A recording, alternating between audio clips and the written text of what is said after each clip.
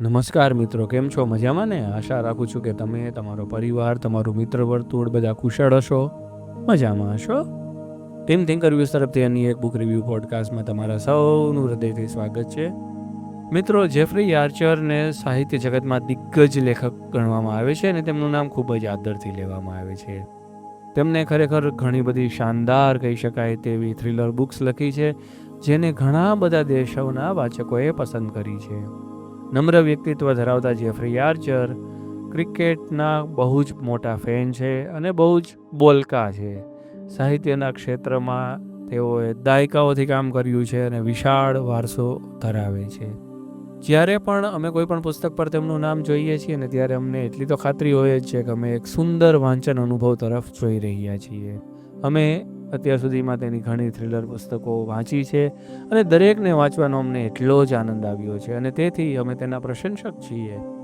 વધુને વધુ લોકો વાંચન તરફ આકર્ષિત થાય તે માટે 2018નું વર્ષ year of the short stories અથવા તો ટૂંકી વાર્તાઓના વર્ષ તરીકે ઉજવવામાં આવ્યું, જેમાં શ્રી આર્ચરની ઘણી બધી ટૂંકી વાર્તાઓને વાંચવા માટે મફતમાં ઈ બુક તરીકે ઉપલબ્ધ કરાવવામાં આવી. આજે આપણે જેના વિશે વાત કરીશું તે ટુ મેની કોઇન્સિડન્સીસ અથવા તો ઘણા બધા સંયોગો આ પ્રકારની જ એક ટૂંકી વાર્તા છે જે તે સમય દરમિયાન જ રજૂ કરવામાં આવી હતી. મિત્રો, કાલ્પનિક દુનિયાના પ્રવેશદ્વાર હોવાના કારણે પુસ્તકનું મુખપૃષ્ઠ તે પુસ્તકની પહેલી છાપ બનાવવા માટે જવાબદાર છે અને આપણે મનુષ્યો સ્વભાવે સુંદરતા તરફ આકર્ષિત થઈએ જ છીએ અને તેથી આપણે હકીકત સ્વીકારવી જ રહી કે પુસ્તકનું મુખપૃષ્ઠ નોંધપાત્ર સંખ્યામાં સંભવિત વાચકોને પુસ્તકો ખરીદવા અથવા તો વાંચવા માટે પ્રેરિત કરતું હોય છે. જેમ તમે આ પોડકાસ્ટના કવરમાં જોઈ શકો છો તેમ આ ટૂંકી પુસ્તકનું મુખપૃષ્ઠ ખૂબ જ સરળ તેમજ આકર્ષક છે. ડિઝાઇનરે મુખ્ય પાત્રોની માનસિકતા કે જેમાં વિશાળતા છે પણ ભ્રષ્ટતા બિલકુલ નથી તે દર્શાવવા માટે વાદળી અને સફેદ રંગના સંયોજનોનો ઉપયોગ કર્યો છે. કવર પેજ ઉપર જે બે બોટ બતાવવામાં આવેલ છે તે વાર્તામાં ખૂબ મહત્વપૂર્ણ ભૂમિકા ભજવે છે.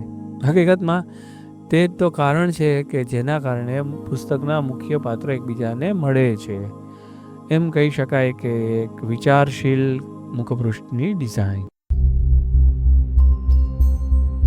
ચાલો વાર્તાનું વિહંગાવલોકન કરીએ. રૂથ એક પરંપરાગત બ્રિટિશ સ્ત્રી છે જે સુખી લગ્ન જીવન જીવે છે. તેણી અને તેણીના પતિના ઉંમરમાં તો તફાવત છે, પરંતુ પ્રેમના બંધને તેમને એકબીજા સાથે જોડી રાખ્યા છે. તેનો પતિ જીવનના એવા તબક્કામાં છે જ્યાં તે પૈસાની વાત આવે ત્યારે ખૂબ જ સાવધ રહે છે. ભલે તેમની પાસે રજાઓ હોય, પૈસા વાપરવાની છૂટછાટ હોય, પરંતુ જે પૈસા ઉડાવવામાં માનતો નથી. તેથી એમ કહી શકાય કે તે મધ્યમ વર્ગ જેવું એક સાધારણ પણ સારું જીવન જીવી રહ્યા છે. એક નિશ્ચિત સમયે તેઓ પોતાના પ્રી-ડિફાઇન્ડ વેકેશન અને એકાંત માટે એક ટાપુ પર જાય છે, જ્યાં સંયોગવશાત તેઓ એક યુવાન અને મોહક વ્યક્તિને મળે છે. આ યુવાન નાણાકીય બાબતોનો જાણકાર છે, મિલકતોનો વેપાર કરે છે અને ખૂબ પૈસા કમાય છે. તે આનંદથી જીવન જીવે છે. કોઈક રીતે રૂથ અને આ યુવાન એકબીજા તરફ આકર્ષાય છે અને બસ આ બિંદુથી આગળ તેઓના જીવનમાં પરિવર્તન આવે છે. બાકીની વાર્તા વિશે આપણે વધુ ચર્ચા કરવાના બદલે જો તમે લોકો પુસ્તક વાંચીને તે વાર્તા સમજો, જાણો તો વધારે યોગ્ય રહેશે તેવું હું માનું છું. વાર્તા દરમિયાન તમે Ruth, Max Bennett, Angus Anderson, Valerio, Gerald Prescott, doctor Sinclair અને અન્ય લોકોને મળો છો. મિત્રો, ટૂંકી વાર્તા લખવી એ દોરડા પર ચાલવા જેવું છે. તમારે તેને પહેલા જ પાનાથી રસપ્રદ બનાવવી પડે છે, કારણ કે લેખક અહીં સંપૂર્ણ નવલકથાઓની જેમ વસ્તુઓ બનાવવા માટે સમય નથી કાઢી શકતા.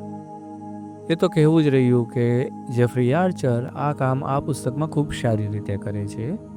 પુસ્તક કંઈક આવી લાઈનથી શરૂ થાય છે. Whenever Ruth looked back on the past 3 years, and she often did, she came to the conclusion that Max must have planned everything right down to the last detail. Yes, even before they had met. અને જુઓ કે લેખક પોતે કેટલા genius છે, કારણ કે આ વાર્તાનો અંત પણ આ લાઈનથી જ થાય છે કે Whenever Ruth looked back on the past 3 years, and she often did, She came to the conclusion that Max must have planned everything right down to the last detail. Yes, even before they had bumped into each other. જુઓ કેટલી સારી રીતે લેખકે આ વસ્તુ રજૂ કરી છે. આ પ્રકારના પુસ્તકોમાં પાત્રો એકદમ મજબૂત હોવા જોઈએ.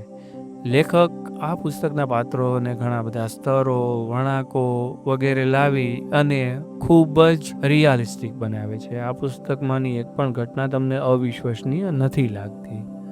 ઉદાહરણ તરીકે જ્યારે રૂથ અને તેનો પતિ મેક્સને મળે છે તે દ્રશ્ય ખૂબ સ્વાભાવિક લાગે છે અને રૂથનું તેના પ્રેમમાં પડવું, તેમના વારંવાર ભાગી જવાના, એકબીજા સાથે સંબંધો બાંધવાના, આ ત્રણેય લોકોના સંબંધો અને આવી ઘણી બધી વસ્તુઓ પુસ્તકમાં ખૂબ જ સુંદર રીતે દર્શાવવામાં આવેલી છે. ઇવન રેસ્ટોરન્ટમાં થતી તેઓની મુલાકાતો પણ ખૂબ જ રસપ્રદ છે. લેખક આપણને રિયલ્ટર્સ એટલે કે જે મિલકતોની લેવેચ કરતા હોય તેવા લોકો તેમજ સોલિસિટરો એટલે કે વકીલોની દુનિયામાં પણ લઈ જાય છે.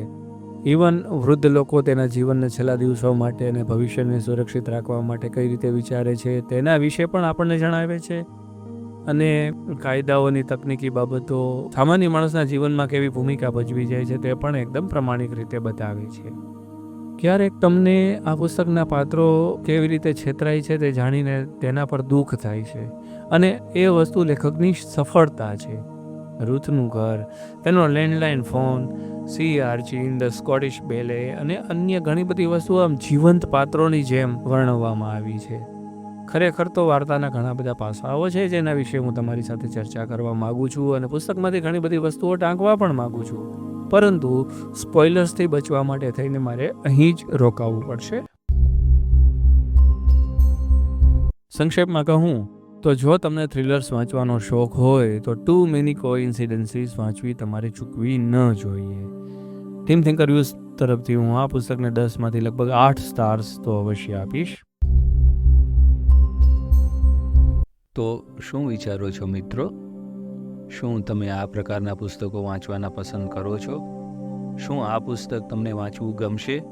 શું આ પુસ્તક તમે ઓલરેડી વાંચેલું છે? શું માનો છો તમે આ રિવ્યૂ વિશે? કેવો લાગ્યો આ રિવ્યૂ તમને? બીજી કઈ બુક છે કે જે તમે સજેસ્ટ કરો છો કે અમે તેના વિશે ચર્ચા કરીએ? અને આ ચર્ચામાં બીજા કયા પોઈન્ટ્સ અમે આવરી લઈએ તો તમને વધારે ગમશે? તમારા સજેશન્સ, તમારું ઇનપુટ અમારા માટે બહુ મહત્ત્વનું છે. તો ફરી મળીશું અન્ય પોડકાસ્ટ સાથે. ત્યાં સુધી તમને બધાને નમસ્કાર. તમારા પરિવારનો, તમારા લાગતા વળગતાનો ખ્યાલ રાખજો. અને જો તમે આ પ્રકારના બુક રિવ્યૂ અમે રિલીઝ કરીએ ત્યારે તમને નોટિફિકેશન મળતું રહે તેવું ઈચ્છતા હોય તો આ ચેનલને સબસ્ક્રાઈબ કરજો.